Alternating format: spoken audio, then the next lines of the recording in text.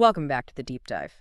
Okay, so we've got this announcement you sent over for the 2025 FM Foundation Awards dinner. It's a regular thing for Fulton-Montgomery Community College, right? Yeah. And, most folks might just glance at it, see the date, the time, maybe the names. But our mission today, well, it's to dig a little deeper because this isn't just another fundraiser. It really feels like a moment where the college is defining its own success and also kind of securing its future. We want to look past the ticket price and understand that specific relationship, Yeah. the back and forth between what the college produces its successful alumni and what the community gives back that really essential private funding. Precisely. And this announcement, it neatly combines two really important kinds of recognition. You've got the 18th Annual Distinguished Alumni Awards. Right. It is all about celebrating the excellence that flows out from the college, the impacts graduates have. Yeah. And then there's the 5th Annual Clock Tower Award. That one focuses on the deep, sustained support flowing into the college from community leaders. So the event itself, it's like a strategic way to show this whole cycle. Investment, results, vitality. That's a really good way to put it. Output and input. Okay, let's maybe start with the output then, the success stories. But actually, before we get to the specific people, let's just quickly cover the basics. The practical stuff for anyone listening in the Johnstown area who might want to actually go and be part of this cycle. So the foundation set the date, Thursday, November 6, 2025, and it's happening at the Holiday Inn in Johnstown, New York.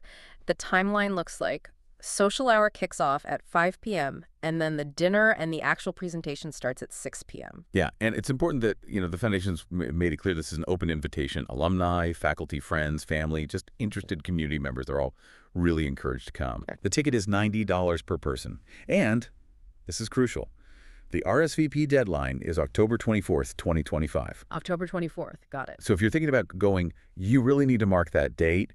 We'll give out the contact details for tickets and donations right at the end, so you don't need to scramble for a pen just now. Perfect.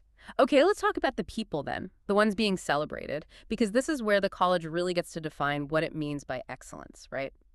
There are 2 distinguished alumni being honored this year.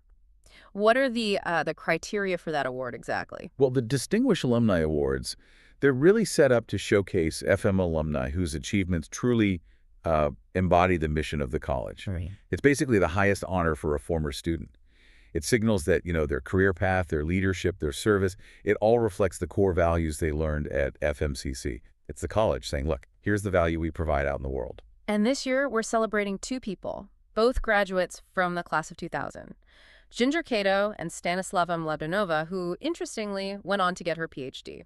Yeah, both from 2000. What strikes me is that the announcement makes a point of emphasizing their community leadership and impact, not just their professional success. That's a key distinction. And focusing on the class of 2000, well, that's interesting, too. They're 25 years out now, so they've likely hit a point in their careers where you can really see that long-term influence, both professionally and in the community. Absolutely. And think about the different kinds of impact highlighted there. You mentioned Stanislava Mladenova, PhD. Right. Getting a doctorate suggests, well, a pretty strong academic foundation from FMCC, doesn't it?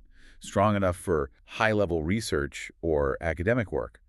She kind of represents the intellectual rigor. Okay. Whereas Ginger Cato's recognition, focusing more on community leadership and service, that underscores how important FMCC alumni are to the civic health of the area, using their skills right there locally. Making Johnstown and nearby places better. Exactly.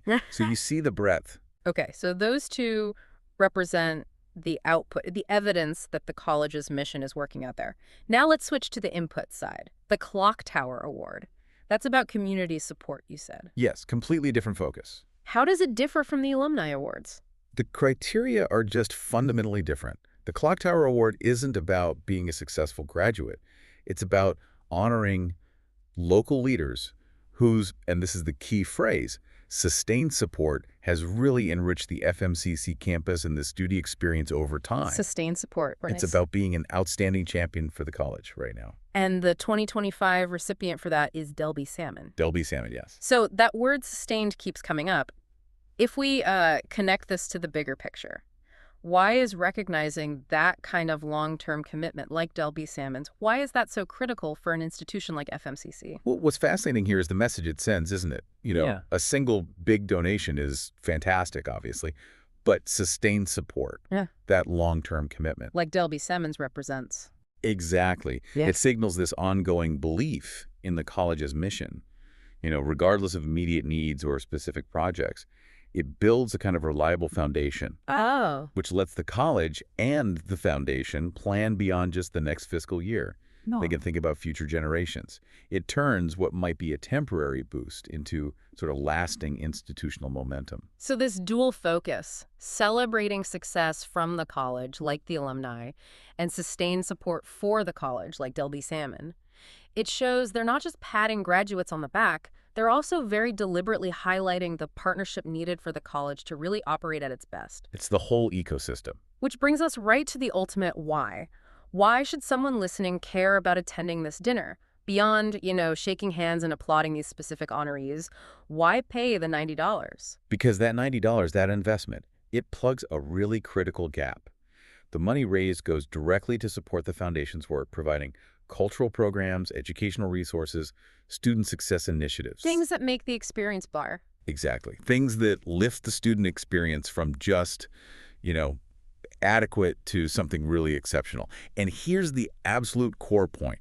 The announcement says very clearly, these initiatives are not covered by the college's standard budget. Ah, okay.